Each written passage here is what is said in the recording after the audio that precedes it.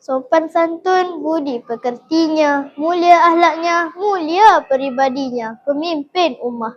Assalamualaikum warahmatullahi wabarakatuh. Apa khabar semua? Alhamdulillah, saya sihat dan diharapkan kawan-kawan pun sihat hendaknya. Kawan-kawan nak tahu tak? Saya ni ada idola tau. Kalau kawan-kawan nak tahu, idola saya bernama Muhammad bin Abdullah. Nabi saya, Nabi kawan-kawan, Nabi ustaz, Nabi ustazah dan Nabi kita semua. Kawan-kawan nak tahu tak kenapa saya mengidolakan Nabi Muhammad SAW?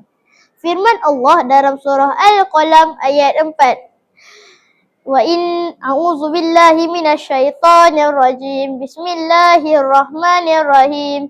Wa innaka la'ala hulukin azim.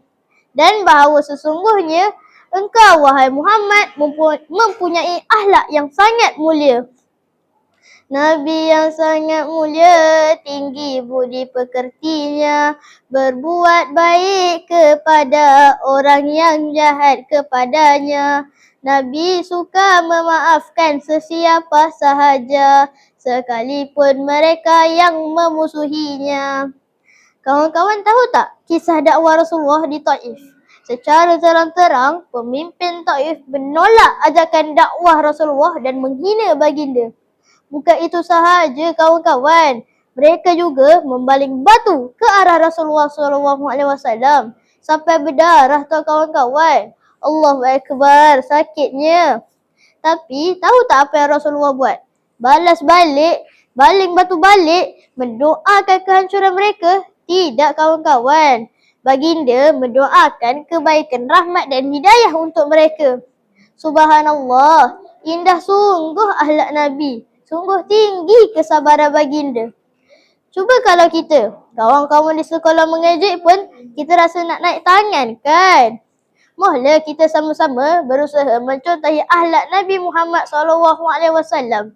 Besar ganjarannya kawan-kawan. InsyaAllah, bila hati benar-benar ingin mencontohi sunnah baginda, bicara dan kata-kata yang dilontarkan pun hanyalah perkara yang baik sahaja.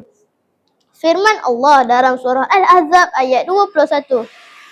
Wa innaka laqad a'udzu billahi minasyaitonir rajim. Bismillahirrahmanirrahim. Laqad kana lakum fi rasulillahi uswatun hasanah. Sesungguhnya telah ada pada diri Muhammad itu suri teladan yang baik bagimu. Ada sesuatu lah saya terlupa nak bagi dekat kawan-kawan. Sarang heyo. Kawan-kawan kenal BTS? Kenal Blackpink? Berapa ramai kawan-kawan menjadikan mereka ini sebagai idola? Berapa ramai pula kawan-kawan menjadikan Nabi Muhammad SAW sebagai idola? Ayat yang saya bacakan sebentar tadi jelas menunjukkan sebaik-baik ikutan dan contoh teladan yang baik adalah Nabi Muhammad SAW. Cuba lihat diri kita ni kawan-kawan. Nak solat pun rasa malas. Nak baca Al-Quran pun rasa berat. Nak berselawat apatah lagi, berat je rasa mulut tu. Adakah kita benar-benar menjadikan Nabi Muhammad SAW sebagai idola? Rasa rindu semakin menghambat, cinta Rasul semakin erat. Jadikan Muhammad idola terhebat agar selamat dunia akhirat. Sekian, wabillahi taufiq wal hidayah. Wassalamualaikum warahmatullahi wabarakatuh.